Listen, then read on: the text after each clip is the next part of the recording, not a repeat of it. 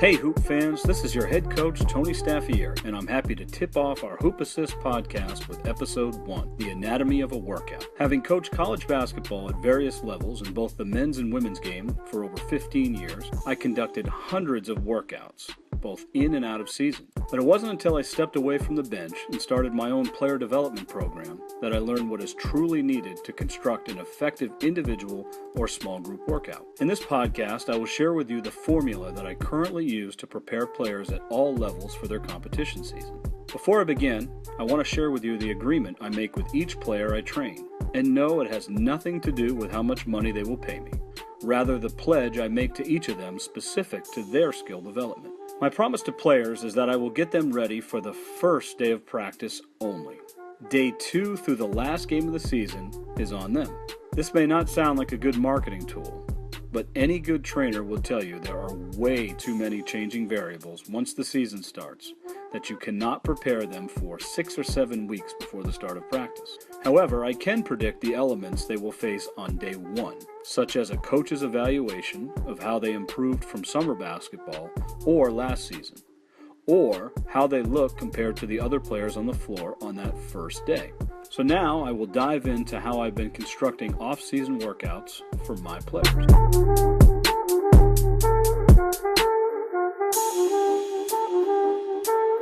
I want to talk about a few of the rules or some of the variables that we include in our player development program. The first one is the amount of time we spend on the floor. We go for 90 minutes maximum. There is certainty sometimes, maybe not the certainty, but you can actually overtrain once you get past that 90-minute threshold. It is possible to do overtrain. Sometimes it's better if you're going to err on one side is to go a little bit under 90 minutes, but 90 minutes should be the maximum amount of time you work out a player. One of the things I've done is I've portioned my workouts into what we call phases. Learn a few of the phases that we put our players through, but I'd like to tell our players that we're going to hit all phases in a particular workout. We're not going to just hone in on one particular skill. Sometimes we'll do that in 4 or 5 week chunks, depending on the time of year, but our average off-season individual or small group training session will include all the phases. The other thing is we don't like to go more than 4 days a week. Typically it's a Sunday, Tuesday, Thursday, Friday type format, just so that players do get some rest. Also, I encourage our players that are doing supplemental training like weight training or basketball conditioning, do those on separate times or on those other days. So for example, the other thing is we don't like to go more than 4 days a week. Typically it's a Sunday, Tuesday, Thursday, Friday type format, just so that players do get some rest. Also, I encourage our players that are doing supplemental training like weight training or basketball conditioning, do those on separate times or on those other days. So for example, a Wednesday or a Saturday are good days to do that. So we kind of chop up our workouts to reflect that, so we don't run into their weight training or their conditioning in the off season. So we like to start phase 1 is what I call activation. And these are pre-workout drills. So example of a couple of things that we do jump roping. I like to do, a couple minutes of single leg or double leg. We have some command drills that we call a red-blue. So if I call red, the player has to jump rope for 30 seconds on their right leg, and then I'll do a change to blue or a double leg, and we'll go back and forth. So they have to activate those muscles. We also do some footwork. So we'll do some reverse and front turns. We'll do some jump stopping and 1-2 stopping, and even some point and push, which is the terminology we use for our defensive slides. And then we'll work that footwork into some jogging. So they'll do footwork on command, and then they'll go and jog to half court or full court, depending on who the player is and how they're doing that day. The other thing we like to do in phase one, the activation phase, is a change of direction. So we'll lay out some cones or even a ladder, and we'll do some line hops, and we'll do cone circles. We call cone circles, so they'll have to do a 360 around a cone into a jog or a sprint, but just getting them some kind of change of direction. And basically the intention is, in phase one, we call activation, is to activate the muscles they'll be using for that workout, and specific to basketball. Phase two, we do ball handling. So phase two is ball handling. And this can vary depending on the skill level of the player, the age, the time of year. But there are, a few standbys. Two-ball work. We do a lot of combo work with, two-ball changes, and we throw a tennis ball into the mix. Once in a while, I'll have a player kick a soccer ball or carry a football, something different, something unconventional, while they're ball handling. So we hit them in different phases or different areas of ball handling, but standbys are definitely two ball. Adding that second ball we think is very important because we don't spend a lot of time. I mean, if I spend 20 minutes in phase two, that would be a long time. I mean, it's typically 10 minutes for an individual or small group workout. We add some cones. They have to do some, ball handling and tight changes around cones, or, double moves, single moves, things like that. But traditional ball handling is important. My philosophy on that is, ball handling is really what's going to set up the activity for the day. It's impossible to have your players go out and be consistent, with passing or shooting or game movement without being properly warmed up. And I think ball handling becomes a wonderful, a tremendous warm up for the player, because the ball's in their hand. You can get them sweating without having to overtax them or get them to running full court or anything like that. But it does get them warmed up properly. And specific to the areas that they're going to need for shooting and scoring and other phases that we'll talk about. And with that said, we advance, and typically after we do the phase two, the ball handling, we like to throw in a water break. After that water break, we advance into phase three, which I like to do form shooting. So phase three becomes form shooting. And we have a lot of different drills. And one thing I'll say about form shooting is it's non-traditional. My form shooting work consists of a lot of activities. So we get the players moving in small areas into their form shooting. We really want to make it as game-like as possible. The old traditional form shooting drills, players were standing there and some coach or a teammate or somebody was flipping them a ball from the baseline, and these things aren't realistic. I remember, working a camp Bob Knight was conducting out in Indiana University many years ago, and he said, how many times in a game is your teammate going to stand out of bounds and flip you the ball and you can take a 1-2 step into a shot? I mean, it just isn't realistic. So I took that to heart many years ago, and have now incorporated it into our form shooting, and we make it an active form shooting. And so we'll do some, we usually start off with what I call ABC series. So there are 3 spots: the right block, the right in front of the rim, maybe 5 to 6 feet in front of the rim, and then the left block, and they're each assigned a letter. So right block is A, right in front of the rim in the center of the lane is B, and then C is the left block. And each of those has a rule attached to it. So spot A, we tell our players, all the shots that you shoot must go off the backboard. So off glass is spot A. And spot B, we say clean makes only. So clean make would be no rim, no backboard, right through the net. So that gets them, concentrating on that specific shot. And then C is we'll put a chair down. The C is kind of a wild card. We put a chair down, have them shoot out of a chair. Sometimes it's two-handed, choice shots, so backboard or clean, or they have to do a turn, something different at spot C. And as I said, it gets them concentrating on those specific shot mechanics instead of just the area, the geography of where they are. It gets them thinking about how they have to make the shot. After that series, we advance into some footwork stuff. We do some 180 turns, so they have to face the other end of the court and do a 180 into a shot. We do some footwork shooting, so some jump stops into shots, 1-2 stops into shots, all without dribbles, so they're concentrating solely on the footwork and the stop into the shot. We'll do some step-offs, some LeBron moves, so they have to go lateral, 1 foot lateral where they'll step off, and then back to the center and back out again and shoot.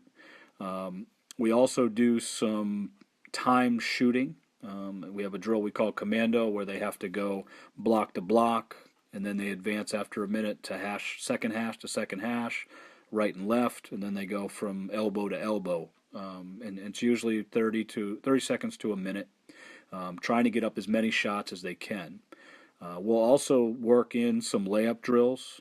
So I'd love to do a drill, and this is a standby in every workout I do. We call 2-ball intensity. Many of you may be familiar with the intensity layup drill, which is 1 minute on the clock. Then the player has to make a certain amount of layups in that minute. I think the average college player makes 11 in a minute.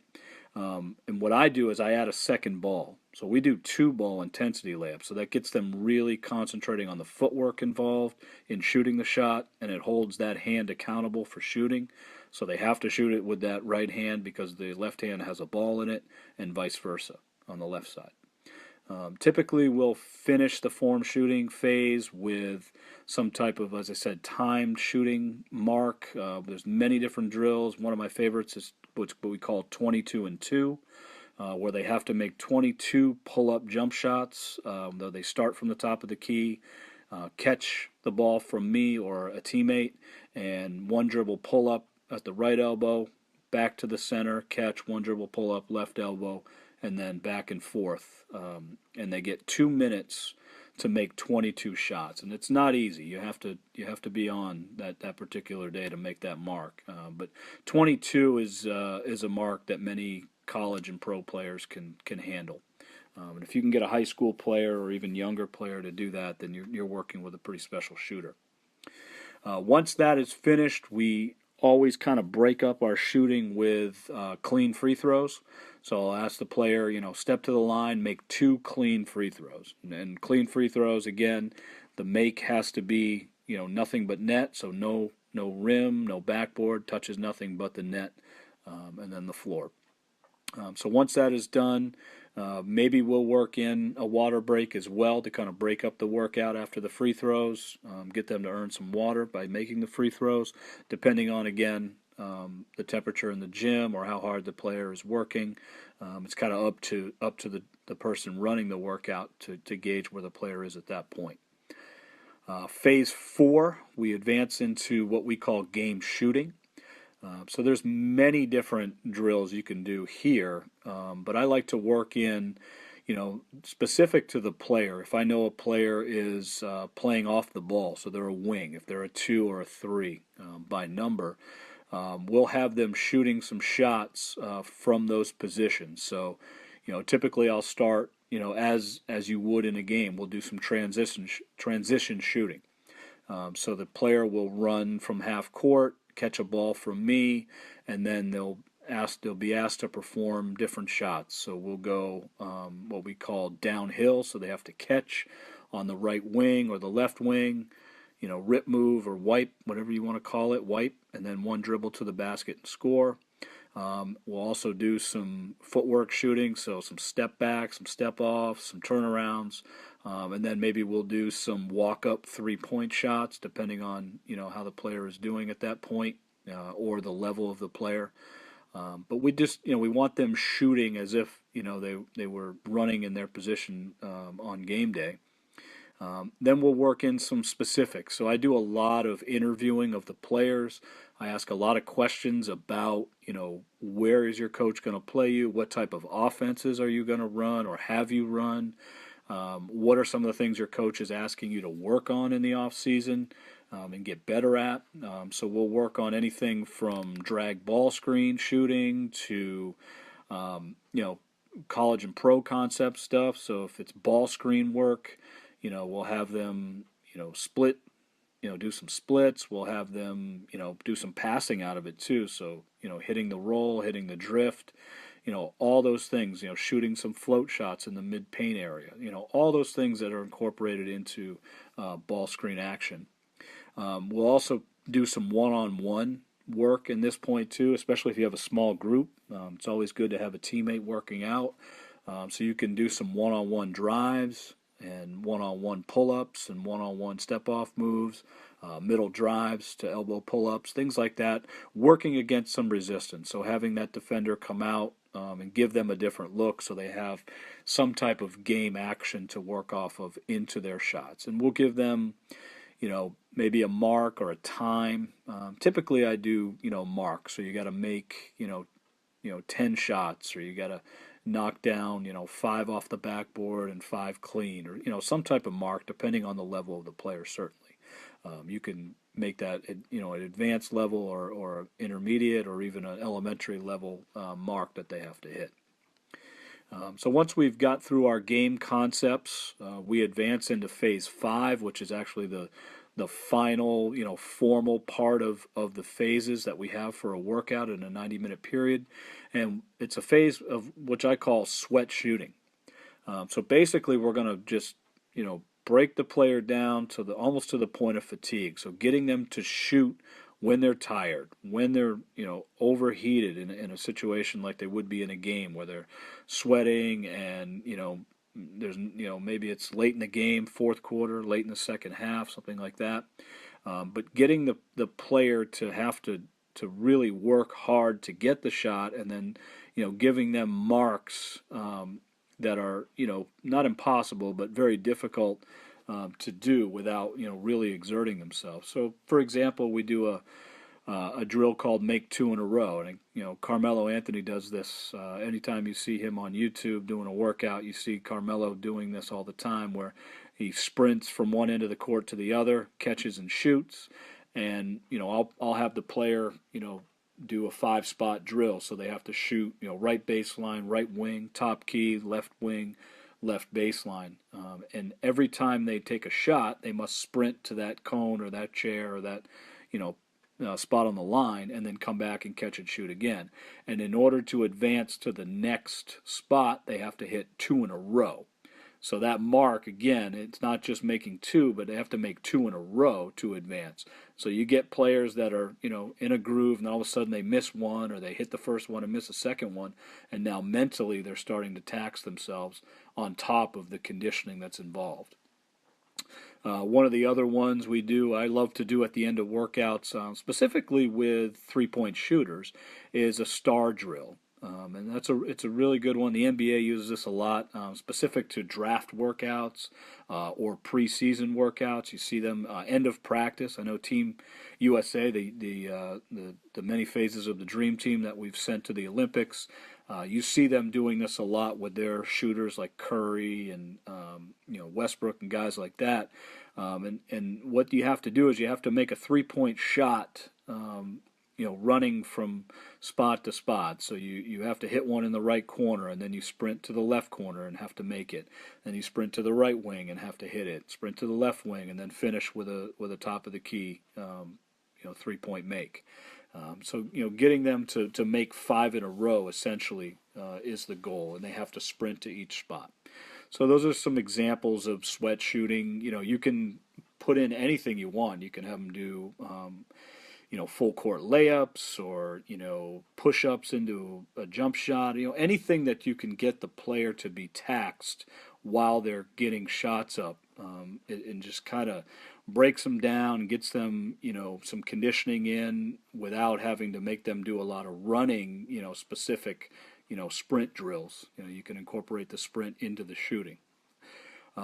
what we do to, and again, after, I forgot to mention, after at the end of phase 5, we'll do, the 2 clean free throws, and then we will definitely hydrate the player after phase 5, and then in order for them to get out of the workout, I put them through a free throw gauntlet.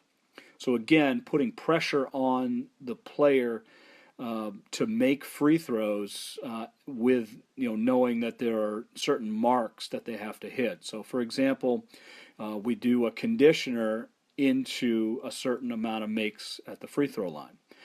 So here's a couple of examples. One thing I like to do is a 30-second step up. So they have to do step-ups, European step-ups, which, you see soccer teams doing this in Europe. You see hockey teams, and, a lot of European athletes do the bleacher step-up. So they have to do a 1-2 step-up on a bleacher or a chair or some type of elevated block. And once they've completed 30 seconds, you put them on the free throw line and you say, all right, you got to make 1 to get out. If they make it, boom, they're out of that sequence. They're out of that, whatever you have them do, they're past that. They've advanced.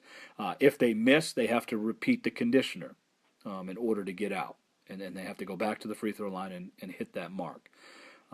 Another one I do is full court, so they have to sprint full court and then half court sprint. So they do full court and then they hit the line, they go half back. And then after that, they have to hit 2 free throws in a row, so make a 1-and-1. We try to make it game-like. Something I got from Jay Wright at Villanova, watching him at a clinic. He likes to put the players through all of the possible free throw sequences that they would face in a game. So an and one, a 1-and-1, a 2-shot foul, a 3-pointer, a 3-point shooting, foul when they're getting shooting a 3-pointer. So we like to do that. So, after they do the full court, half court, they have to hit 2 in a row. If they miss the second one, or they miss the first one, for example, they have to repeat the conditioner. I like to finish the gauntlet with the player having to make 3, sometimes depending on the level, 4 out of 5 free throws. And then what we do, we call a champion, which is the old traditional suicide. So, foul line back, half court back, 3-quarter court, full court back, and then they must go to the line and make 3 or 4 out of 5, depending on the level of the player. And again, if they don't make that mark, they have to repeat the conditioner. So it's a great way to get them to not only, lock in mentally, but, if they do have some misses along the way, they're getting some conditioning in, and they're having to shoot those free throws while they're tired, which does simulate game intensity.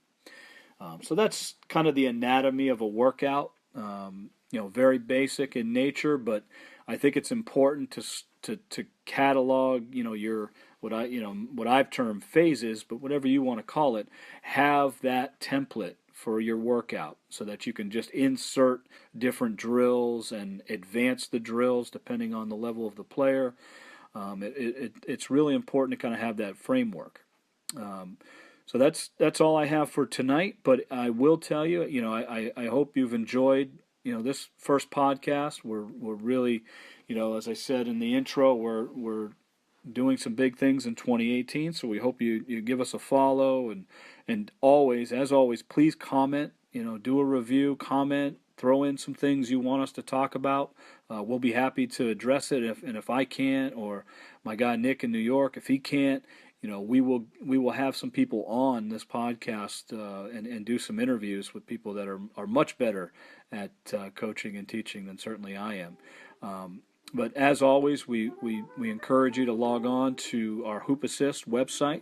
Again, that address is www.hoopassist.com.